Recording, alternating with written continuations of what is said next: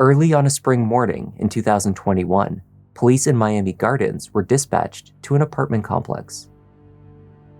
They were responding to a report that a restraining order had been violated. Officers were not prepared for what they would find. When I was putting the code in, that's when I heard 6 shots. Bah, bah. I didn't hear no shots. Bah, bah. What followed was a confused response, a messy investigation, and error-riddled prosecution, which made the outcome of this case far from certain. Hi there, I'm Kevin, and welcome to Just Thought Lounge. Today's story is unique. If you think you know how this one will play out, you're likely to be wrong. It is either the story of a system that has failed repeatedly and in unpredictable ways, or you may believe that this is an example of how, no matter the confusion, things can come out how they should in the end. Let's take a look.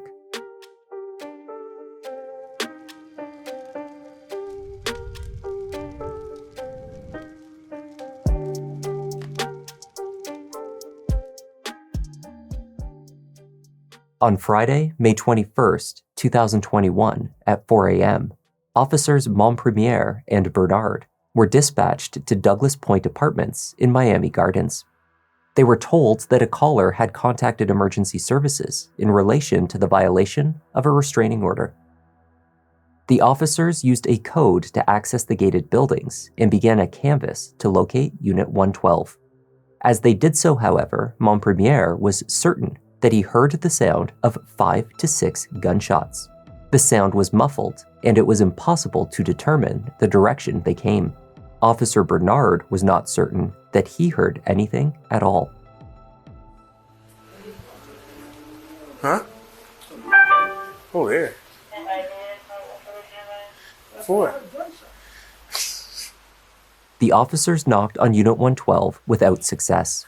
They radioed dispatch to conduct a callback and request that the original caller come to the door. The callback went unanswered. Have him make contact with the caller.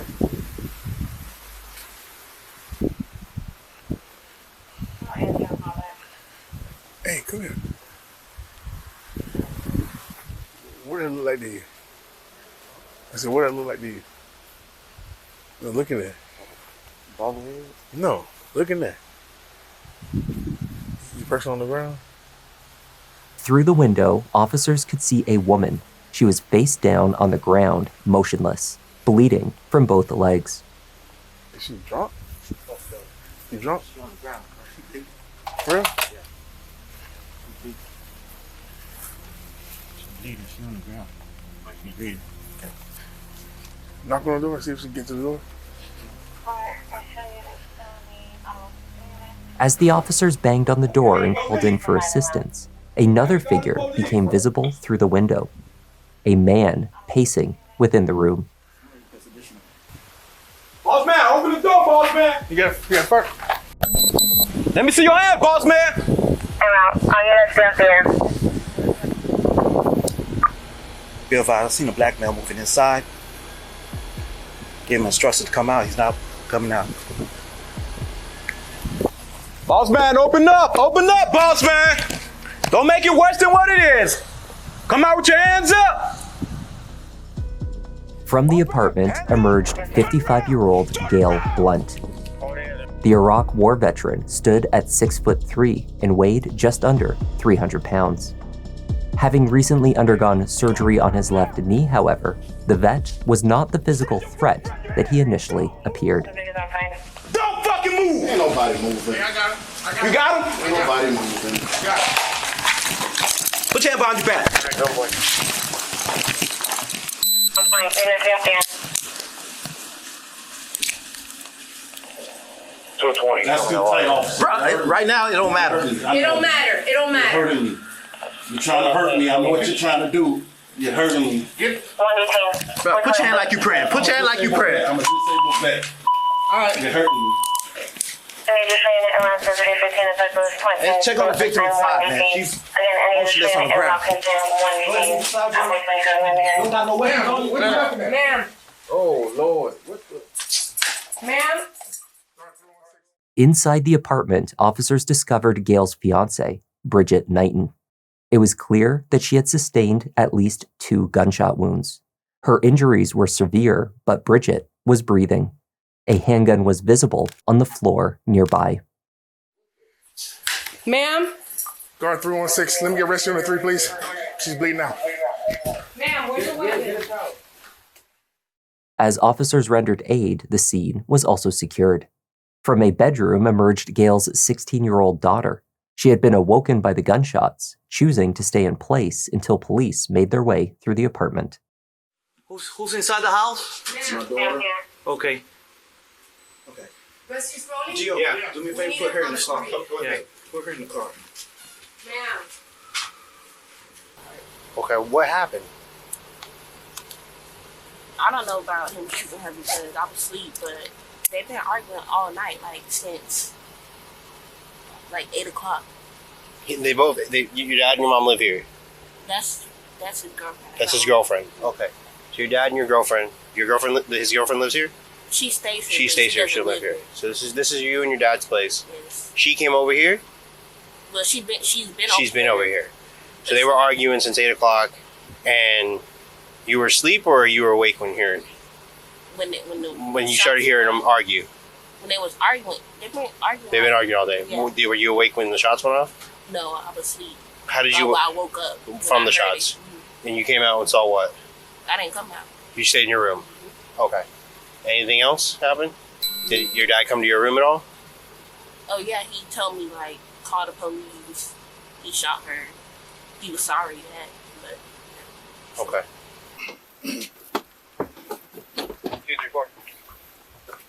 Can you loosen up this left hand? You gonna have to sit like that. I'm just saying, can you loosen up the left hand? You don't have to wait. Okay. You're gonna have to wait. We got a lady bleeding out. Yeah. Watch your feet. It became clear within minutes at the scene that there was a history between the victim and shooter. Many responding officers did not appear surprised to have been called back to the address, nor were they shocked that a serious shooting was the culmination of the events that preceded. Yeah, when I saw Mom Premiere, I was like, oh, I've been here before. I already knew who this is. I think there's a history here, domestic violence. Yeah, Baez said she responded here before on a 34 Delta. Did we respond here today? Just, I don't know. This is my first time here.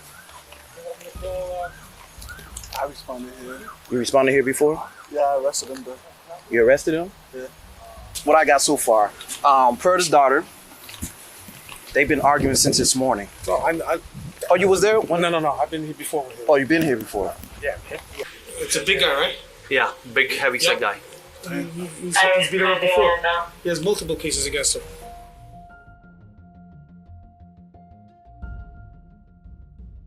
Despite the speed of the police response to the Douglas Point apartments, the handling of the incident which followed did not run smoothly. Indeed, at least one of the missteps taken at the scene, which must have seemed irrelevant at the time, would later make a substantial impact on the direction of the case. Inside the apartment, police worked to piece together the basic information they required: the name of the victim, her age, address, next of kin. Officers sought the victim's purse to locate her identification. Then, concerns for Bridget's welfare increased as responders complained openly over the delay of paramedics making their way to the scene. I'm gonna go find her purse. Yeah, I'm trying to see. Her purse, I think, is probably right here. Right here. It's right here. Where's rescue?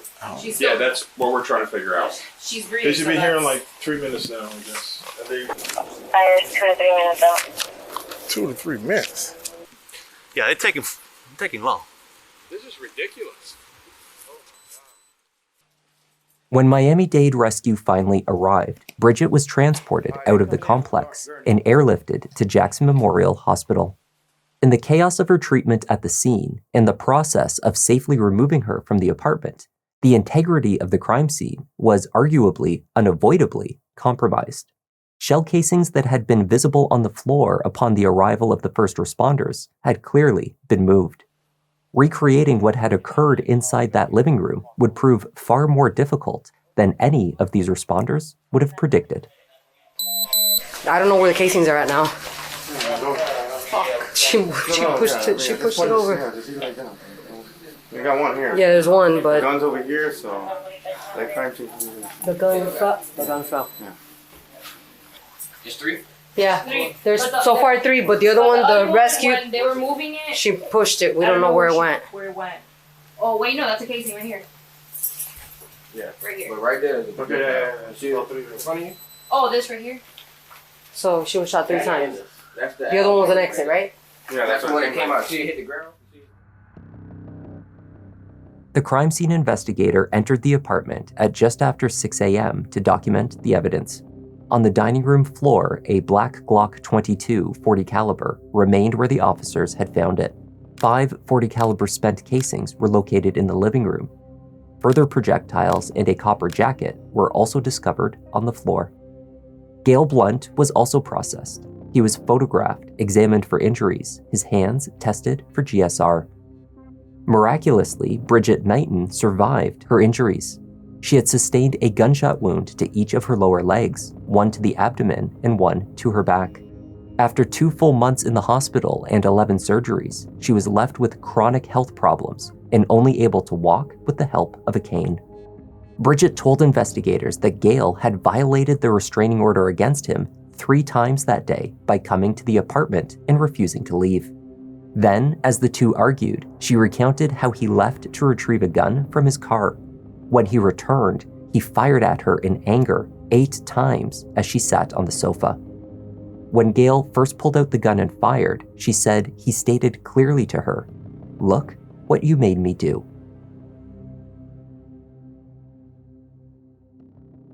Gale was charged with first-degree attempted murder and was held in custody, awaiting trial.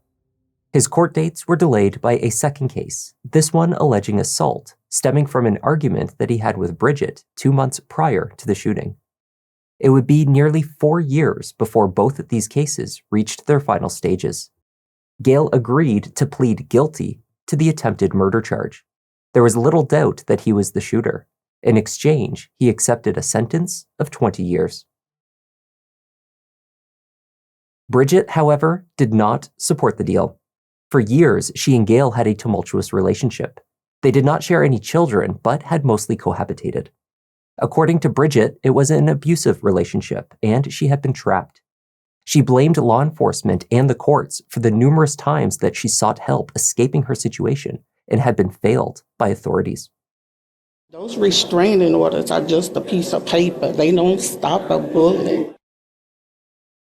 When the time came to speak to the court at the plea hearing, she spent 20 minutes voicing her displeasure with the agreement and told the judge that Gale consistently ignored stay-away orders and had threatened her for 4 years.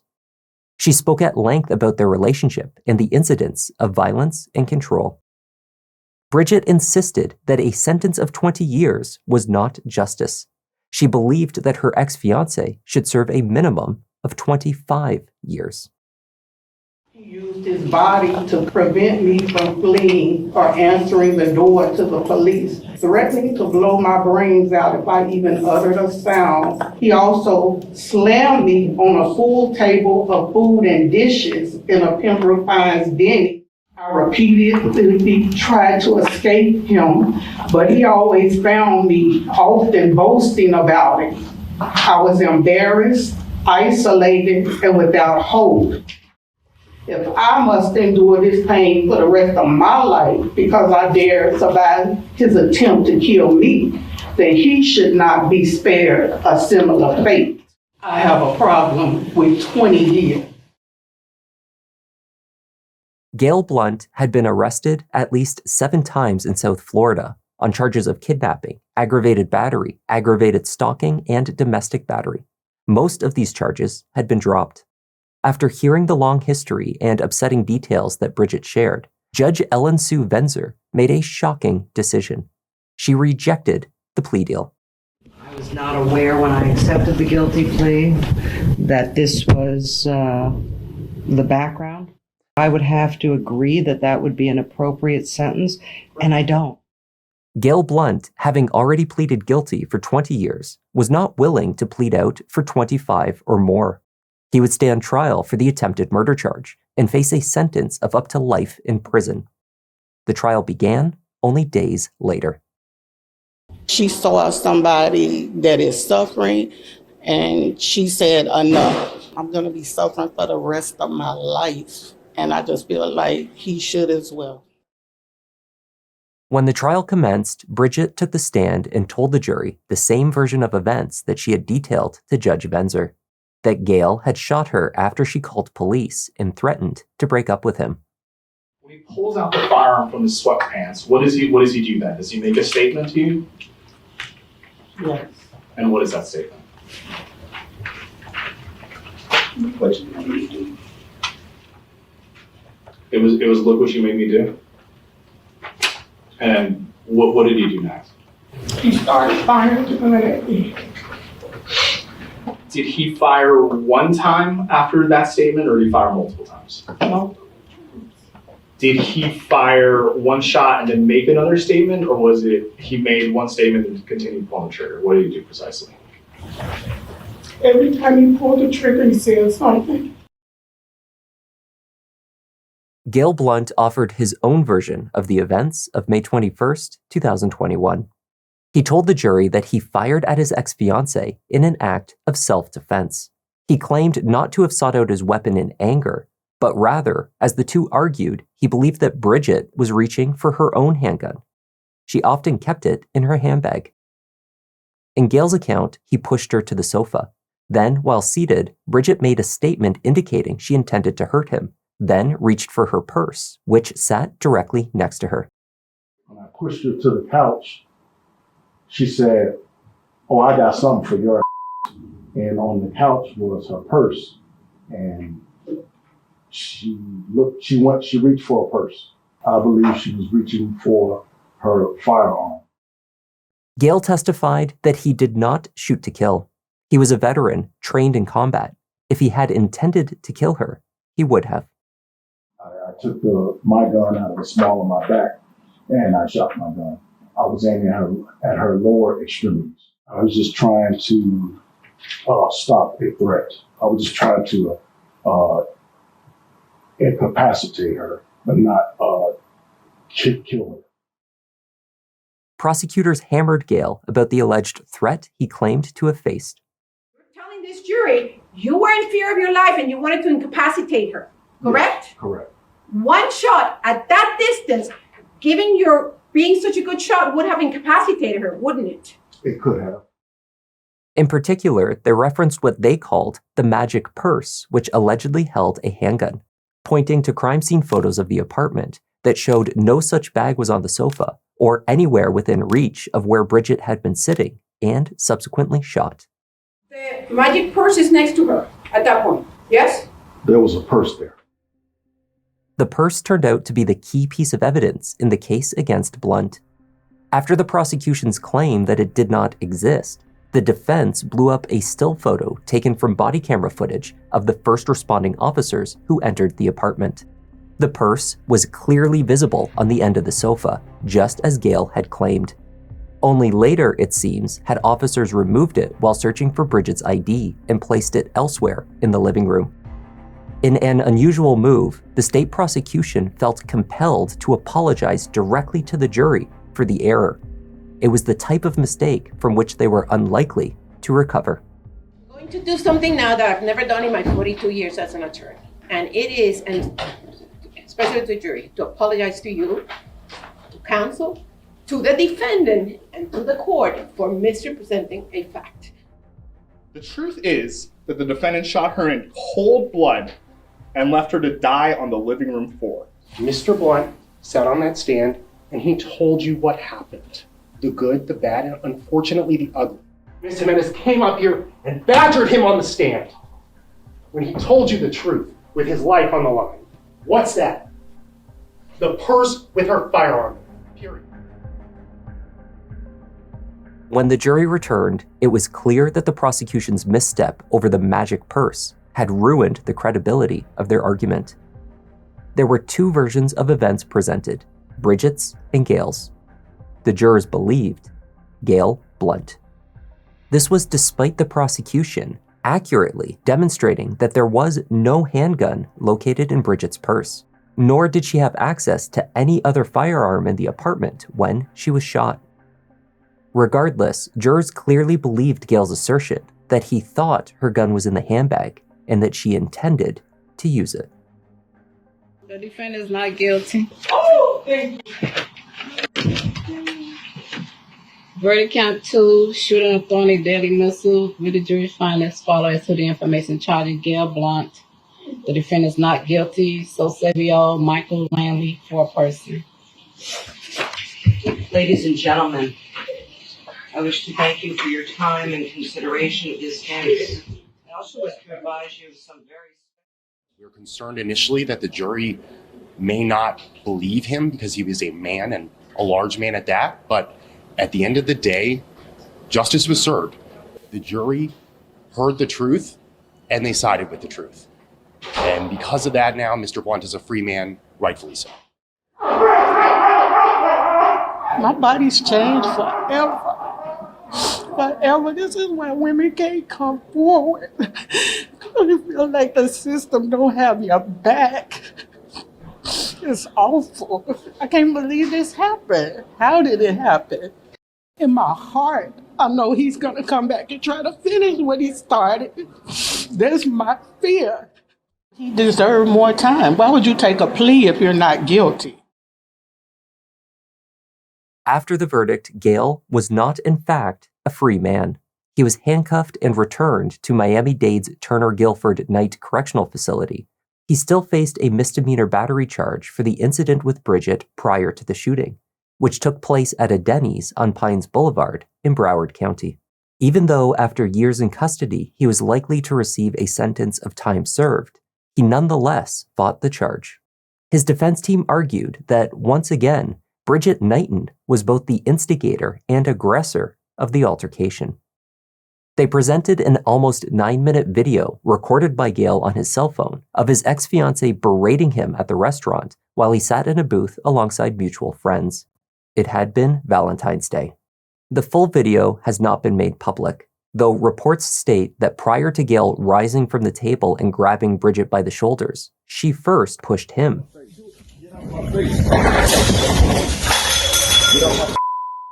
Gail then pushed back, forcefully, sending her into a table. Local news reported that although Bridget was not injured by the incident, she insisted on pressing charges. After his acquittal for attempted murder, it was her last remaining chance to receive justice. But that would not be the case. 2 months after the first shocking verdict, Gail Blunt was once again found not guilty of the charges against him. He was released from county jail. I can't even say I'm shocked. That's not an innocent man. He's gonna do it again. She should be ashamed of herself because there are real women of domestic violence, and she is not it. I'll discuss everything further with my attorneys present. Thank you. Speaking with local news media in the days following his release, the Navy veteran shed tears of relief that he had been offered another chance at life outside of prison after coming so close to spending decades behind bars. Could have been an innocent man doing time for no reason. And I mean, they painted me to be a monster. 3 weeks ago, I was thinking about, I'll take a trade in prison, and hopefully when I get out, I could do that job.